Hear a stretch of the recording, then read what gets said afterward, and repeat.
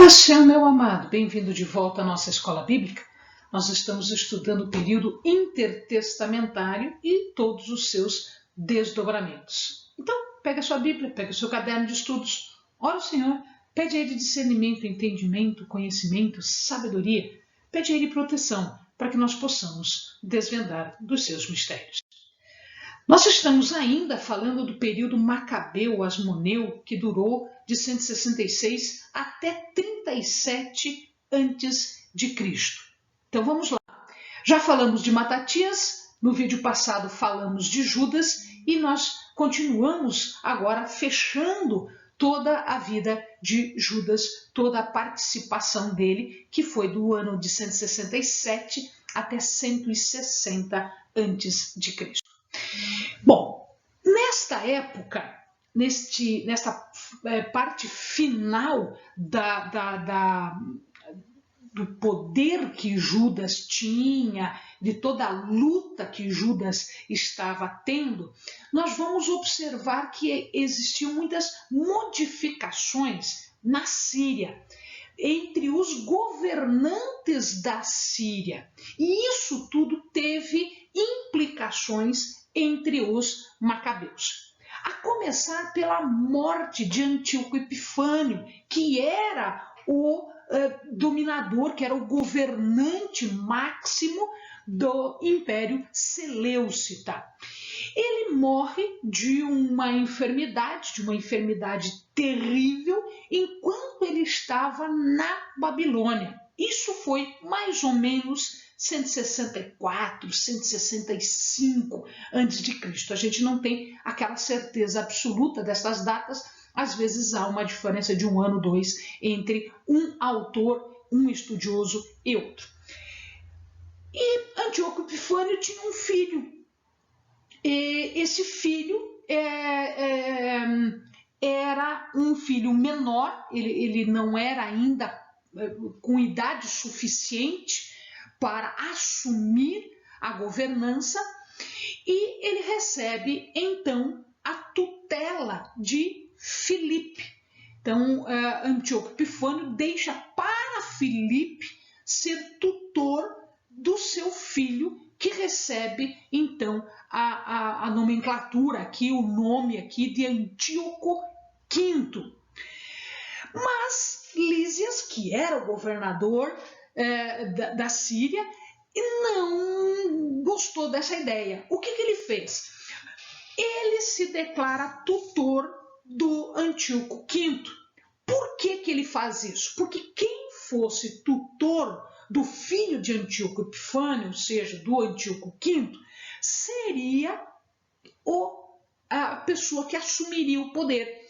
Então ele afasta Filipe e ele fica como tutor de Antíoco V, ou seja, ele assume o poder. Assim que Antíoco Epifânio morre, Lísias assume a governança total. Bom, enquanto eles estão brigando, o que é que Judas faz? Judas corre com seu exército até a fortaleza de Acra, ou Acre, né? Aqui, mais lá para cima, só, ó, a Nazaré está aqui embaixo. Ó. O mar de Tiberíades, ou mar da Galileia, está aqui. O seu irmão já havia tomado a Galileia, a gente viu isso no vídeo passado. Então, enquanto eles estão brigando lá em cima, a Síria fica aqui para cima, ele veio aqui e toma a fortaleza de Acre, que era um ponto estratégico na briga pelo poder e pela área toda. Lísias, então, não gosta nada disso. Ele prepara um exército de 100.000 homens de infantaria e 20.000 cavaleiros. E nesta época eles começam a utilizar como armamento de guerra, como se fosse um super tanque, elefantes. E ele consegue então 32 elefantes. Isso numa guerra fazia um estrago danado, porque psicologicamente quando o elefante vem para cima, todo com armadura, etc., isso faz uma diferença psicológica bastante. Então ele foi com 100 mil homens de infantaria, 20 mil cavalos e 32 elefantes. Quando Judas vê aquilo tudo, ele bate em retirada, ele vai para Jerusalém, porque ele não tem como combater um exército deste porte. E Lísias corre atrás de Judas. Ele vai até Jerusalém, com esse exército todo, ele vai atrás de lá. Mas veja, lembram-se que Lísias deu um golpe em Filipe, pegando a tutela do menino. Então, o que acontece aqui? Filipe aproveita a ida, né, da guerra para Jerusalém e ele invade a Antioquia. Quando ele invade a Antioquia, Lísias tem que fazer uma decisão. Ou ele continua na guerra lá embaixo e perde o governo, ou ele faz um acordo com Judas e corre para salvar o seu governo. Então, o que ele faz? Ele faz um acordo com Judas. Judas não briga com os elefantes, Judas não briga com a infantaria, com os cavaleiros. Por quê? Porque Filipe está lá em cima fazendo ameaça a Lísias. Então, Lísias faz um acordo com Judas, mantendo todos aqueles benefícios que no tempo dos gregos ptolomaicos, os gregos egípcios, tinham com os judeus. Ele fecha esse acordo. E ele, mas, olha o que ele faz. A gente viu no vídeo passado que o sumo sacerdote era o centro do poder. Então, o que ele faz? Ele manda matar Menelau e ele nomeia um sumo sacerdote dele, que é o Alcino. O Alcino, então, assume como sumo sacerdote e ele passa a ser aquela pessoa de contato entre Lísias e o Jerusalém. Demétrio, filho de Antíoco III, que estava preso em Roma, consegue se livrar do cativeiro. Então aqui nós temos 3 pessoas brigando pelo trono da Síria, né, dos Seleucidas. Então nós temos o próprio Lísias, nós temos o Filipe e agora Demétrio, que estava preso, se vê solto, se vê livre, né? E como ele era filho de Antíoco III, tá? Ele teria direito ao trono. Ele reclama o trono, ele manda matar o filho de Antíoco IV, que era o Antíoco V, e manda matar Lísias. Ou seja, ele destrói tanto o Filipe, que estava defendendo o trono para Antíoco V, quanto ele manda matar Lísias, que era quem estava usurpando o trono de Antíoco IV. Quando Demétrio assume o poder, ele se intitula Demétrio I Sóter. Então, agora a gente não tem mais Antíoco, né? Porque o último Antíoco V ele morreu, e agora nós vamos ter um governante que se chama Demétrio I. Então é o primeiro Demétrio da linha sucessória. Mas Alcino está lá como sumo sacerdote. Ele está lá como sumo sacerdote e ele começa agora a mostrar as garrinhas. Ele se torna o chefe do partido helenista. O que é isso? Eles não eram gregos, sim. Eles queriam impor aos judeus a cultura, a religião grega, ou seja, helenística.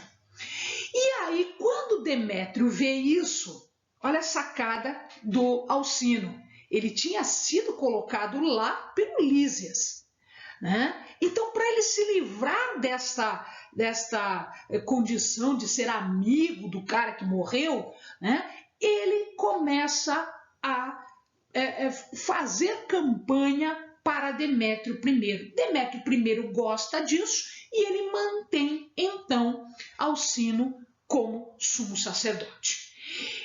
Ora, Judas estava lá e Alcino, que era amigo de Lísias, agora se tornou amigo de Demétrio. Ele diz o seguinte: Demétrio, vem aqui, vem para Jerusalém e tira Judas. Vamos afastar Judas e vamos dominar toda a Jerusalém, vamos dominar toda a Judéia. A Judá. Ok, maravilha. Demétrio concorda com isso, manda um exército contra Judas, tá? E à frente do exército, o Báquides. Báquides, Judas já tinha vencido lá em Galaade. Mas Báquides vai. Judas vence Báquides de novo e Báquides foge para a Antioquia. Só que agora, Alcino pediu ajuda e Judas ganhou. Então ele ficou com medo. Ele ficou com medo de quê? De que houvesse retaliação por parte de Judas contra Alcino. Então ele começa de novo a pedir ajuda de Demétrio, porque ele acha que Judas vai fazer alguma coisa contra ele. E aí, então Demétrio primeiro manda o outro, que é Nicanor. Nicanor vai à frente do exército. Em Bet-Horon, que a gente já viu, fica um pouquinho para cima de Jerusalém, em Bet-Horon eles fazem guerra no dia 13 de Adar, que é mais ou menos fevereiro para nós, em 161 a.C. Tá? Nesta batalha, ele não só ganha do Nicanor também, como Nicanor acaba morrendo. Ele não tem como fugir como Báquides fugiu. Báquides fugiu, mas Nicanor não tem como fugir, ele acaba morrendo. E Judas, quando percebe que essa história está um pouquinho complicada, que ele vai ter que enfrentar, ele apela para Roma. Roma, nesta época, já começa a se espalhar e já começa a dominar toda aquela região. Então Judas pede ajuda de Roma. O problema é que Roma demorava para ir para lá. Roma não tinha interesse. O que a Roma ia ganhar com aquilo? Né? Deixa eles brigarem, que depois eu chego lá, quando eles se matarem todos, eu vou lá e vejo o que sobrou para mim. Então Roma não ia ajudar a Judas. Então Judas fala com Eupolemo, que era um filho de João, e Jason, que era o filho de Eleazar. Não são os mesmos que lá no início, são outros agora. O nome é o mesmo, mas o Eupolemo é filho de João e o Jason é um filho de Eleazar. E ele manda essas duas pessoas para Roma para pedir ajuda. Os apoiadores de Judas não gostaram disso. Veja que ele estava com 10, 11 mil homens. Eles não gostaram nada desse tipo de atitude de Judas. Eles acharam que eles sozinhos conseguiam fazer isso, eles não precisavam de Roma. Isso significa que muitos homens deixaram de apoiar Judas e o seu exército foi reduzido de 10, 11 mil homens para uns 3 mil homens, mais ou menos. Tá? Nisso, Demétrio, então, manda 20 mil homens de infantaria e 2 mil homens de cavalaria, 2 mil homens da cavalaria. Nesta batalha, 5 mil homens morrem do exército de Lísias. E eles voltam, então, para a Antioquia. Lísias, já cansado dessa história de levar ruim, né, de toda a guerra, ele manda mais homens e os judeus perdem, nesta última batalha, nessa 7ª e última batalha, os judeus perdem, e Judas morre. Judas morre nesta situação aqui. Bom, Alcino se vê vencedor. Alcino se vê vencedor, se vê o maioral da história, porque ele consegue afastar Judas. E aí ele volta ao sumo sacerdócio, porque ele estava com medo, né?